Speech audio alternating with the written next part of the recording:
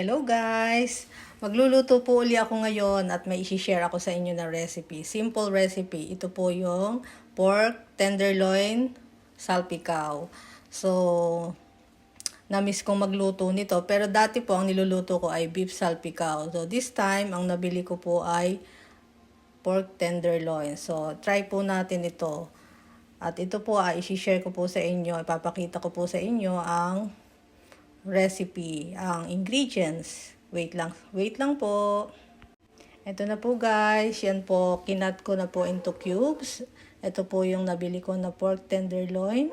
And then, yan po yung ating mushrooms. Ang mushroom po is optional. Pwede pong wala niyan kung medyo namamahalan po kayo. And this one po, ang ating garlic chips na in-slice ko po into chips. Yan po. At ito po yung mga ingredients. Butter, liquid seasoning, and pepper of course. Lalagyan ko din po ng konting oyster sauce, pampalasa. At also, ito po ang ating sweet paprika para magkaroon po tayo ng smoky flavor. So, umpisahan na po natin ang magluto. Samahan nyo ako guys. Wait lang. So guys, nag-start na po tayo magpainit ng mantika. Ang gamit ko po ay olive oil. Yan. So, once na mainit na, pwede na po nating ilagay ang ating garlic. So, una po, ilalagay po natin itong garlic. Bali, papa-brown po natin ito. And then after that, isi-set aside po natin. Yan guys.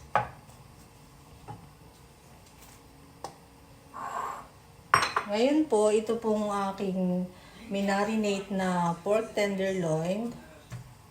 Actually, nilagyan ko na po siya ng seasoning like liquid seasoning, mamasitas, oyster sauce, and of course, salt and pepper. So, hintayin lang po natin itong mag-brown and then isi-set aside na po natin guys.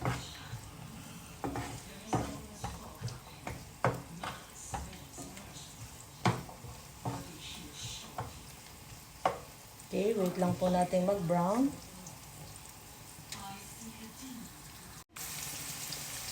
So, yan po. Nilagyan ko na po siya din ng butter para mag-caramelize na din po siya dito sa garlic.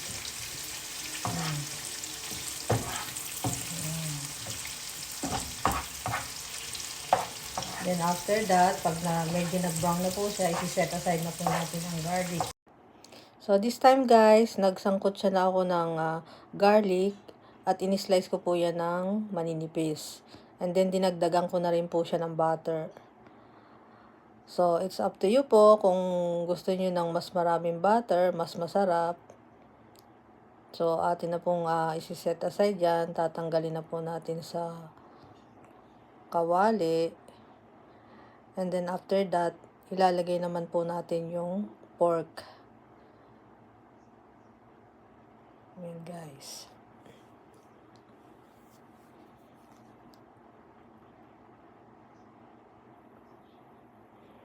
Ang maganda po kasi dyan sa pork salpikaw or beef salpikaw, mas marami pong garlic na inyo pong ilalagay kasi po siya, masarap po at saka at the same time, ang bango-bango talaga. So, yan guys, tinatanggal ko na po yung ating nasaute na garlic. And then after that, ilalagay na po natin ang pork cubes na minarinate ko na po yan. Yan po guys.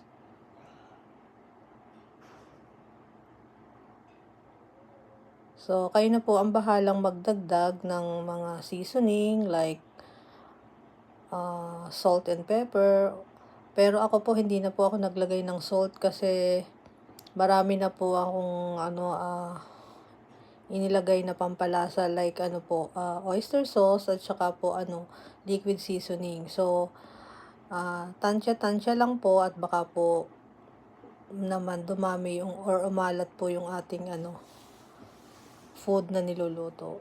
So, make sure po na titimplahan natin at titikman din po. Ngayon, dinadagdagan ko naman po dyan ng pepper, Kasi mas marami pong pepper, mas masarap. Ayan, nagdagdag din po ako dyan ng seasoning.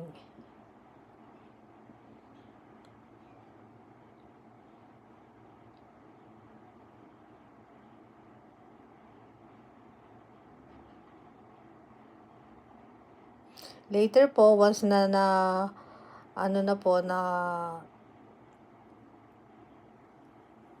tawag dito, nag-caramelize na po or naiga na po yung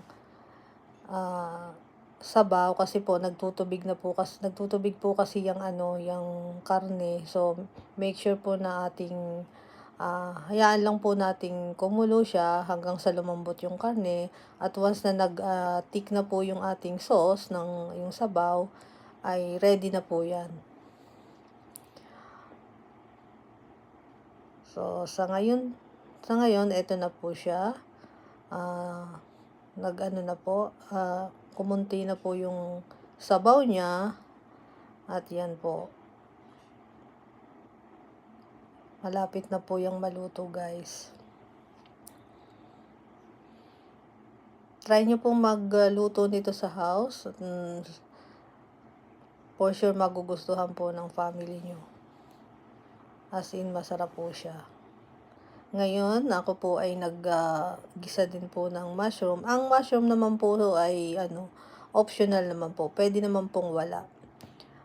Nilagyan ko lang yan po for garnishing, para sumarap lalo. So, ayan guys. Minix ko na po siya together. And then, after a while, ilalagay ko na rin po yung garlic. Ayan po. Malapit na po tayong kumain. Thank you guys. At hopefully na magustuhan nyo po ang aking recipe. Sana po ay panoodin nyo po ang aking video. Kahit na medyo lang po, hindi tayo masyadong professional pagdating sa pagbibideo or pagbablog. So, ready to eat na po. Medyo late na po uli ang dinner namin kasi late na po kami nakarating. Galing pa po kasi kami ng Lipa, at doon naman po kami nagtinda. Kasi naka-day off po yung aking staff doon. So, guys, let's eat. Yan po.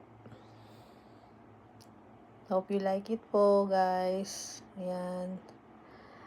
And then, ito na po ang ating final result. Yan, guys. Okay. Let's eat po.